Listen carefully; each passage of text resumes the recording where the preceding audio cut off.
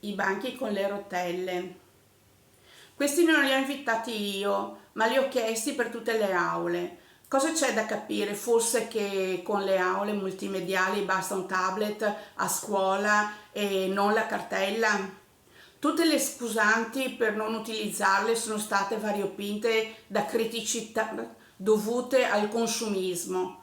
Ciò per cui la cartella dei libri si ritiene ancora indispensabile, le penne si ritengono una forma soggettiva di scrittura che devono essere perdute queste abitudini e gli insegnanti sostituiti.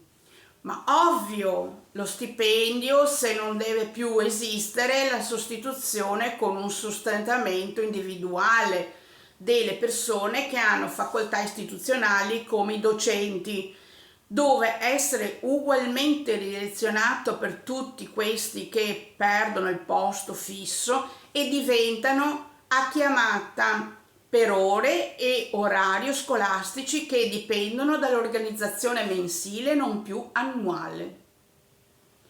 Questi banchetti erano e saranno soluzione futura.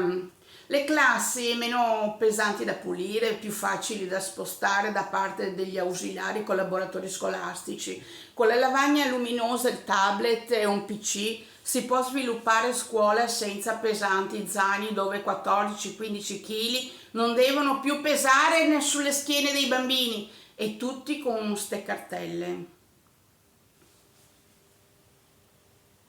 Capiamo da qui l'assurdità che ha fatto buttare via tutti questi progetti che sono ed erano innovazioni, deliberate dal governo in carica allora. Alcune scuole li hanno mantenuti, ovvio che ritorneranno nelle classi quando la società userà il buon senso e non il colore politico. Verde acido.